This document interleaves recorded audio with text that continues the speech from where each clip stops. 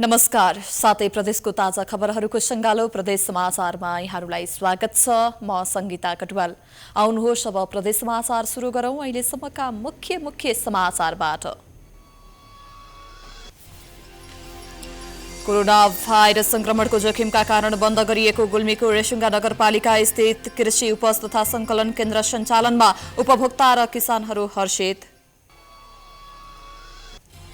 लकडाउनपछि बन्द चलचित्र हल सञ्चालनमा अझै कठिनाई। मोफसलमा चलचित्र क्षेत्रलाई विस्तार गर्न सबै एकजुट हुनुपर्नेमा सरोकारवालाको जोड। करिब 1 करोडको लगानीमा पोखरामा आईटी गार्डन सञ्चालनमा समाजलाई प्रविधि मैत्री बनाउने लक्ष्य लिएको सञ्चालकहरूको भनाई।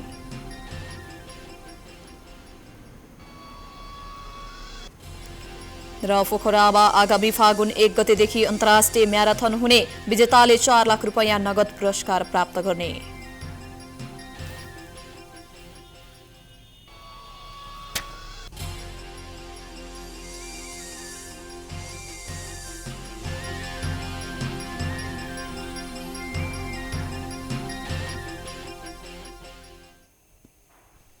आजको प्रदेश समाचार सुरु गरौं। गुल्मीमा कृषि उपज तथा संकलन केन्द्र पुनः सञ्चालनमा आएको सम्बन्धी समाचारबाट। कोरोना भाइरस अर्थात् कोभिड-19 का कारण विगत 9 महिनादेखि बन्द अधिकांश क्षेत्र खुलिसकेका छन्। गुल्मीको रेसुङ्गा नगरपालिका 9 स्थित कृषि उपज तथा संकलन केन्द्र सञ्चालनमा आएपछि गुल्मीका उपभोक्ता सँगै किसानहरू पनि हर्षित भएका छन्। लामो समयसम्म कृषि उपज तथा संकलन केन्द्र बन्द हुँदा बिचौलियाको मारमा परेका गुल्मीका किसान तथा उपभोक्ताहरू कृषि उपज एवं संकलन केन्द्र सञ्चालन आएपछि हर्षित भएका छन्। कोरोना भाइरसका कारण बन्द भएको गुल्मीको रेसुङ्गा नगरपालिका स्थित कृषि उपज तथा संकलन केन्द्र अहिले सञ्चालनमा आएको छ। कोरोना भाइरसको प्रभाव कम हुँदै जान थालेपछि नगरपालिकाले उपभोक्ता तथा किसानको हक हितको लागि कृषि उपज तथा संकलन केन्द्र सञ्चालनमा ल्याएको हो। स्थानीय स्तरमा उत्पादन हुने तरकारी तथा पशुपक्षी जन्य उपज रेसुङ्गा नगरपालिकाले किसानको बारीमै गएर खरिद गर्ने र उपभोक्तालाई आफैले सस्तोमा बेच्दै आएको छ। लामो समयसम्म कृषि उपज केन्द्र बन्द हुँदा बजारमा दोब्बर मूल्य तिर्न बाध्य भएका स्थानीयहरू अहिले सस्तोमा गुणस्तरीय तथा ताजा तरकारी पाउँदा हर्षित भएका छन्। तरकारी राम्रो छ। अस्ति त अब बाहिर बेसगरी नै महँगो थियो है। यहाँ अब अहिले बन्द थियो क्रै खुले खरे भनेर आएको। अहिले अब बाहिर कति छ, हामी जतिसुकै किनिन्न, अलिअलि घरानी गरिन्छ। यहाँ अब राम्रै रहेछ। 30 मा झरे रहेछ फुल, अनि 30 रुपियाँ किलो ल्यायो फुलकोपी, अनि खुर्सानी 110 रुपियाँ किलो रहेछ एक पाउ ल्यायौँ। त्यसपछि आलु पनि अब 190 85 छ बाहिर थियो। यहाँ अब 65 ल्यायो लोकल आलु। जनताको स्वास्थ्यलाई ख्याल गर्दै कृषि उपज तथा संकलन केन्द्र बन्द गरिएको र किसान तथा उपभोक्ता बिचौलियाको मारमा पर्न थालेपछि उच्च सतर्कता अपनाउँदै कृषि उपज केन्द्र सञ्चालनमा ल्याएको रेसुङ्गा नगरपालिकाले जनाएको छ। यो कृषि संकलन केन्द्र कृषक कहीँ गएर कृषकले उत्पादन गर्ने चिज चाहिने हामीले ल्याउने र अनि उपभोक्ताहरूलाई सस्तो सुलभ खुवाउने र विषादी मुक्त तरकारी खुवाउने भन्ने जुन उद्देश्यले सुरु गरेको चाहिँ नि हाम्रो संकलन केन्द्र हो। र केही महिना बन्द भएको छ, हामीलाई दुःख छ, तर फेरि हामीले सुरु गरेका छौँ। यसलाई राम्रोसँग हामीले यसलाई सञ्चालन गर्छौँ। हामीले यही अहिले भर्खरै पनि सञ्चालन गर्दा तरकारीको मूल्य कुनै तरकारीको 120 रुपियाँ किलो थियो भने जम्मा 60 रुपियाँ किलोमा चाहिँ आयो। कृषि उपज तथा संकलन केन्द्रमा स्थानीय किसानले उत्पादन गरेका दैनिक उपभोग्य तरकारी प्याज, आलु, टमाटर, लसुन, कोपी सँगै लोकल कुखुरा बिक्री वितरण गरिँदै आएको छ। निर्माण सुरु गरिएको 7 वर्षपछि सम्पन्न भएको कृषि संकलन केन्द्रमा जिल्लामा रहेका तत्कालीन सरकारी संस्था रेसुङ्गा नगरपालिका र लुम्बिनी प्रदेश सरकारको 1 करोड 33 लाख लगानी रहेको छ। कृषि उपज तथा संकलन केन्द्रले यहाँका किसान तथा उपभोक्तालाई खुसी दिएको छ भने यसलाई निरन्तरता दिनुपर्ने उनीहरूको माग समेत छ। प्राइम टाइम्स टेलिभिजनका लागि गुल्मीबाट डीबी खड्काको रिपोर्ट। अब लगाउँ लुम्बिनी प्रदेशको दाङमा स्थानीय तहले गरेको काम कारबाहीप्रति जनता असन्तुष्ट भएको सम्बन्धी प्रसङ्गतर्फ।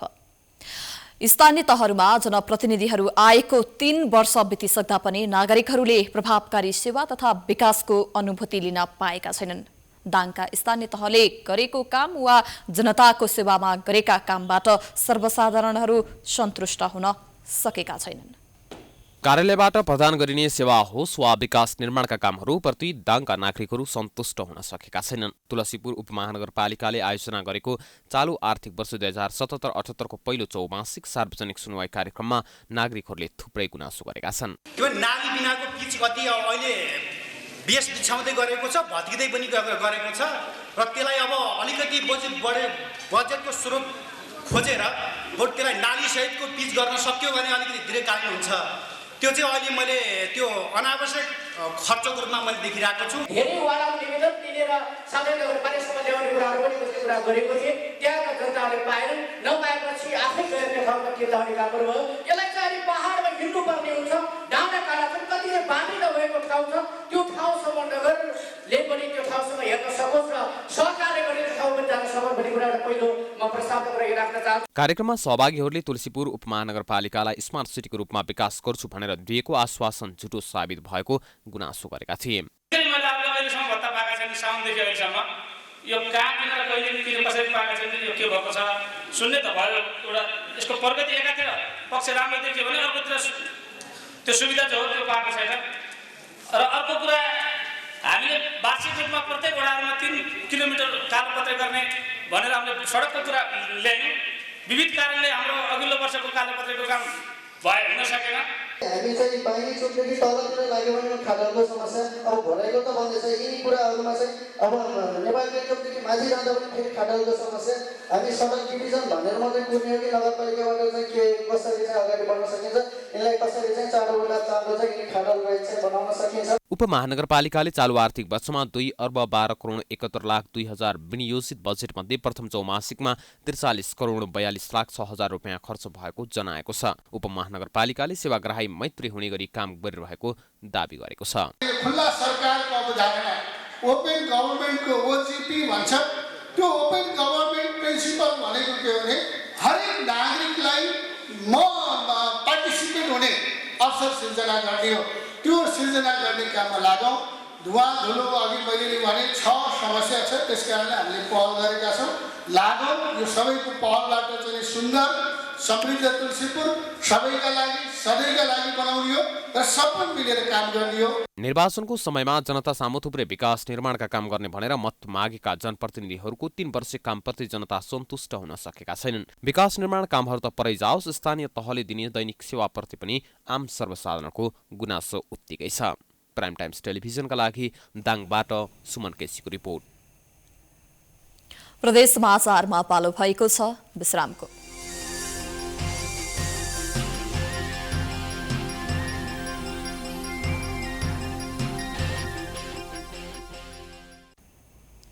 विश्रामपछि स्वागत छ।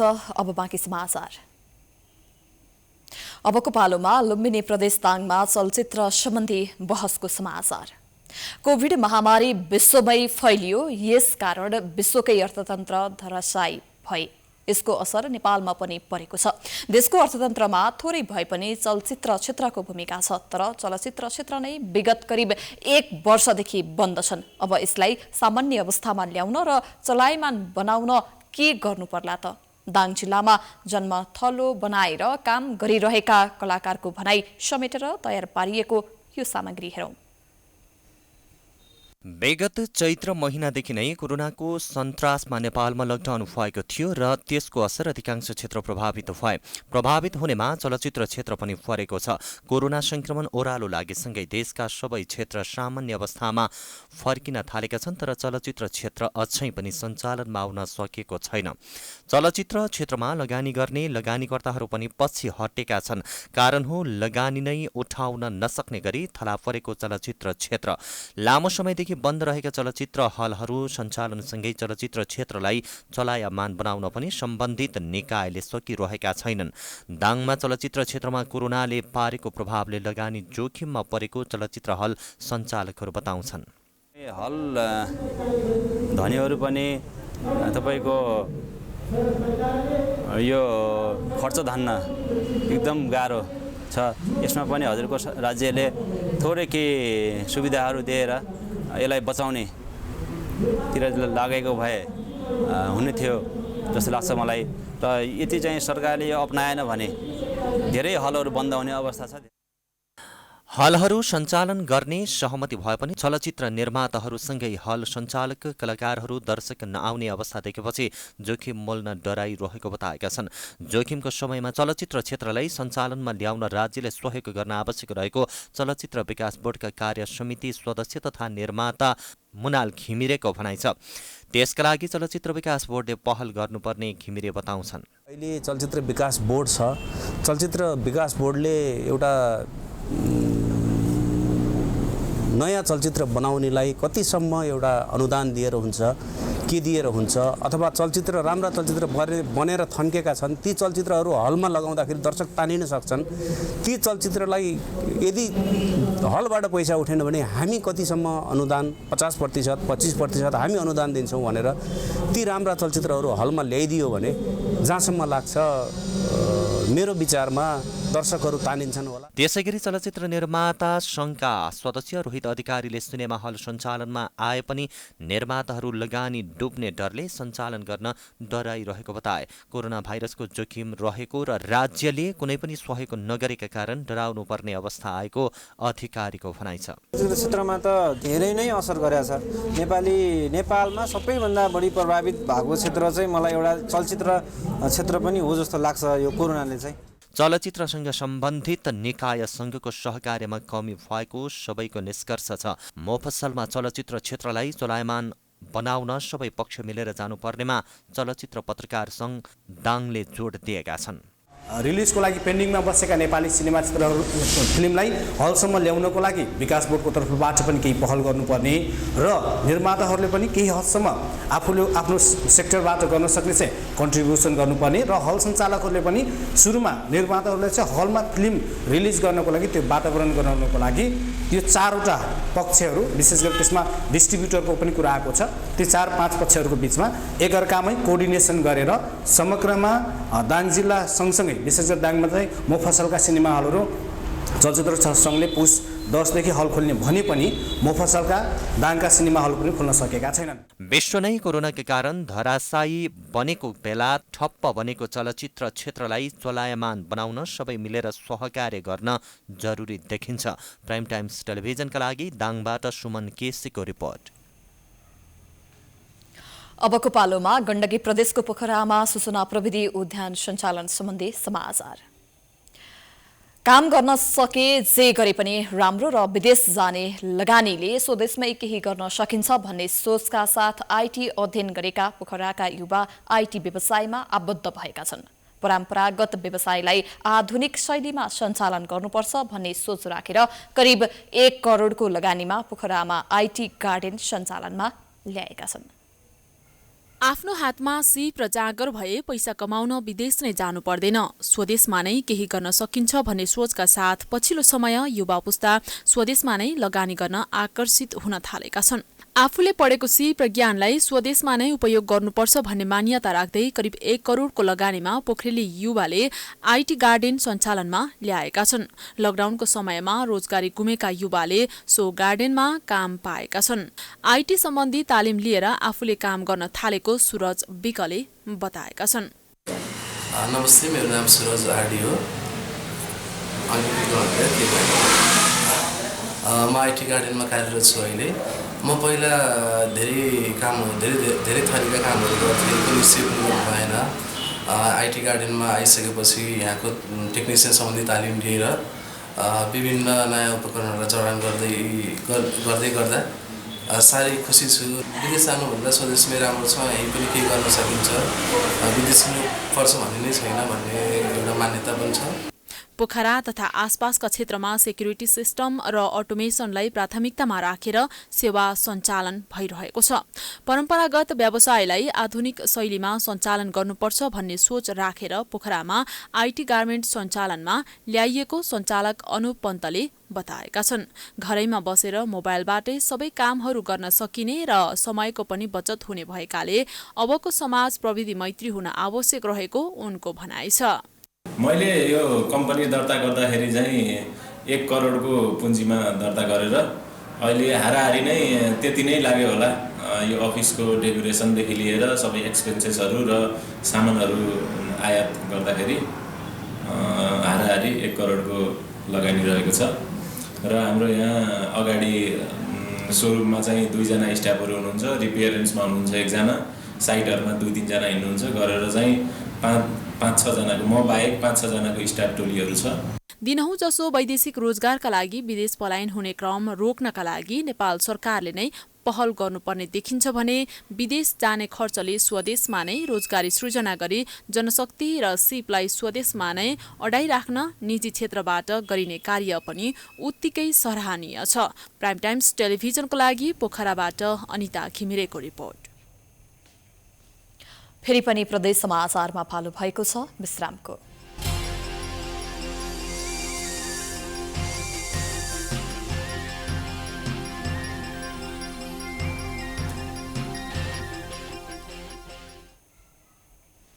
विश्रामपछि स्वागत छ। अब बाँकी समाचार। अबको पालोमा प्रदेश 1 को सुनसरीमा मकुना हात्तीले आतंक मचाएको सम्बन्धी समाचार। कोशी टप्पु वन्यजन्तु आरक्षमा रहेको रैथाने मकुना हात्तीका कारण सुनसरी लगायत आसपासका स्थानीयले शास्ति खेप्दै आएका छन्। मकुना हात्ती आरक्ष बाहिर निस्किएर जनधनको क्षति गर्दै आएको छ। रातको समयमा हात्ती गाउँमा पसी घरहरू भत्काउने, बाली नालीमा क्षति पुर्याउने गरेका कारण स्थानीय आजित भएका छन्। कोशी टप्पु वन्यजन्तु आरक्षबाट निस्किएर गाउँमा पसेको हात्तीले आतंक मचाउँदै आएको छ। पटक पटक मानवीय क्षति पुर्याउँदै आएको मकुना हात्ती नियन्त्रण गर्न आरक्षण प्रशासनका लागि टाउको दुखाइ भएको छ। 1 दशकदेखि आरक्ष क्षेत्र आसपास आतंक मचाउँदै आएको मकुनाकै कारण कोशी टप्पुका संरक्षण अधिकृतहरूको सरुवा समेत हुने गरेको छ। हात्तीको आतंकका कारण त्यस क्षेत्रका स्थानीयहरू रातभर जागराम बस्नु परेको छ। हात्ती एउटा मखनी हात्ती छ, जङ्गलबाट आएको छ। मेरो कुन आयो भने मान्छेको मारेको छ त 10 लाख टका मिल्छ अरे। हात्तीको माऱ्यो भने त अब 20 वर्ष जेल, 50 लाख टका। कहाँ म गरिब मान्छे तिर्ने? हाम्रो धरी रात सुत्न दिँदैन। यहाँ धेरै बाली खान्छ अरे, गहुँ पनि खान्छ, धान पनि खान्छ। म के गर्ने? यहाँ यसो सरकारले हाम्रोहरूको यहाँको जग्गा पनि दिइहाल्नुहोस्, म बाहिर जान्छु, नेपाल से बनाइदिनुहोस्। हाम्रो कुरा यस्तै हो। अनि हात्ती रातिभरि हामीहरू सुत्यो, एकछिन सुत्यो भात खाएर। हात्ती आयो, अब हात्ती आयो भने जान्दैन हामीहरू, अब के गर्ने? अब हात्ती कताबाट आयो, कहीँ जङ्गलबाट निक्ले, यो रातिमा आयो, एकदम पैर मारेर आउँछ हात्ती। सबैजना सुतेको थियो घरमा, चोरेर आउँछ, सुतेर आउँछ। अब सुतेको बेलामा, अब निनको बेलामा अब के कहिले मार्छ मान्छेलाई त्यो थाहा छैन। आरक्षका अनुसार मकुना दारा नभएको एक मत्ता भाले हात्ती हो। कोशी टप्पु वन्यजन्तु आरक्षमा पाइने एलिफस म्याक्सिमस प्रजातिको यो हात्ती आरक्षभित्रै नायक मानिन्छ। कोशी टप्पु वन्यजन्तु आरक्षमा 17वटा हात्ती रहेको तथ्याङ्क छ। मकुना हात्तीलाई तह लगाउन स्थानीयको दबाव बढ्दै गएको छ। हात्ती नियन्त्रणका लागि सोलर फेन्सी प्रभावकारी नभएको गाउँपालिकाको भनाइ छ। तर यो समस्या विगत 10 वर्षदेखि हात्तीको समस्या हामीमा थियो।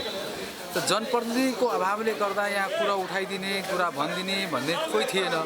त्यसकारणले राज्य पक्ष पनि मजाले सुतेर बसेको थियो र अहिले मान्छे मारिरहेको छ, हामीले आवाज उठाइरहेका छौँ, फेरि मान्छे आएर उठ्छ, आवाज उठिरहेछ। र यसमा आवाज उठ्ने त के थियो भने हिजोको दिनमा आवाज उठाउने सक्रियता थिएन, एकचोटि उठायो फेरि छोडिदिन्थ्यो। र अहिले के छ, सक्रिय रूपमा नै आवाज उठाउने कुरा भएको छ। एउटा सङ्घर्ष समिति नै निर्माण भयो। अब 3 वर्ष यता मात्रै मकुना हात्तीको आक्रमणबाट 8 जनाको मृत्यु भइसकेको छ। हात्ती नियन्त्रणका लागि कोशी टप्पु वन्यजन्तु आरक्ष कार्यालयले राष्ट्रिय निकुञ्ज तथा वन्यजन्तु संरक्षण विभागमा पत्राचार गरिसकेको छ। तर विभागले भने ठोस निर्णय लिन सकेको छैन। आरक्षले हात्ती नियन्त्रणको लागि लाखौं रुपियाँ खर्चेर सोलर फेन्सी निर्माण गरे तापनि प्रभावकारी हुन सकेको छैन। अन्तमा गण्डकी प्रदेशको पोखरामा अन्तर्राष्ट्रिय म्याराथन सम्बन्धी प्रसङ्ग। पोखरामा यस वर्ष पनि सफल अन्तर्राष्ट्रिय म्याराथन हुने भएको छ। भूतपूर्व खेलाडी मञ्चको आयोजनामा प्रतियोगिता आगामी फागुन 1 गतेदेखि सुरु हुने भएको हो। कोभिड-19 का कारण 15औं संस्करणको प्रतियोगितालाई 4 समूहमा विभाजन गरेर आयोजना गरिने भएको छ, जस अन्तर्गत फागुन 1 गते 42.19 किलोमिटर दौड प्रतियोगिता हुनेछ भने सोही दिन हाफ म्याराथन दौड प्रतियोगिता आयोजना गरिएको छ। त्यस्तै फागुन 22 गते महिला पुरुष व्हील चेयर दौड प्रतियोगिता हुनेछ। त्यसैगरी चैत 14 गते 10 किलोमिटर महिला पुरुष दौड प्रतियोगिता हुने भूतपूर्व खेलाडी मञ्चका अध्यक्ष तेज गुरुङले बताए। त्यसैगरी आगामी वैशाख 4 गते शनिबार 5 किलोमिटर विद्यार्थी दौड प्रतियोगिताको आयोजना गरिएको छ। यो पटक रन फर फन नहुने आयोजकले जनाएको छ। एक गते हाम्रो फुल म्याराथन र हाफ म्याराथन मात्रै, त्यसपछि फागुनको 22 गते व्हील चेयर र महिला पुरुषको व्हील चेयर र डिस्ट्रिब्युटरको दौड, त्यसपछि फागुनको चैत्रको 14 गते हामी 10 किमी गर्छौँ 10 किलोमिटर र वैशाखको 4 गते 5 किलोमिटर गर्छौँ छात्र-छात्राको। र यो अहिलेको कोभिडलाई मध्यनजर राखेर नै विगतको इभेन्टहरू नघटाउने तर मितिहरू चाहिँ फरक उसमा गर्ने।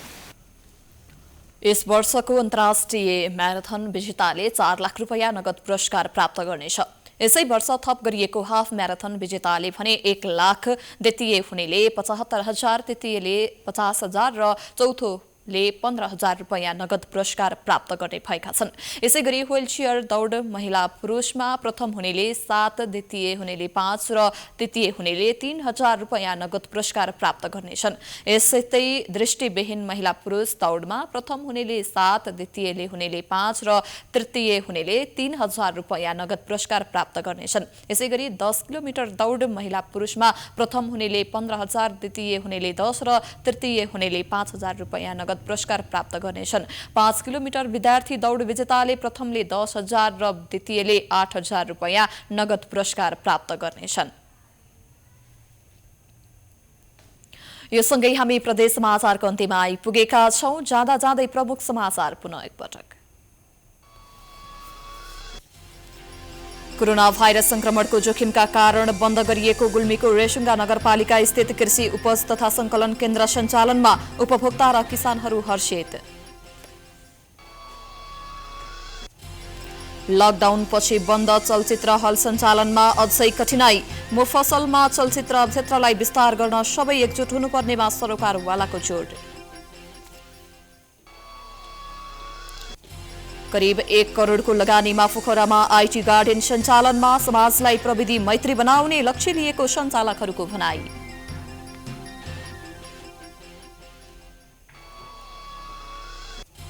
र पोखरामा आगामी फागुन 1 गतेदेखि अन्तर्राष्ट्रिय म्याराथन हुने, विजेताले 4 लाख रुपैयाँ नगद पुरस्कार प्राप्त गर्ने।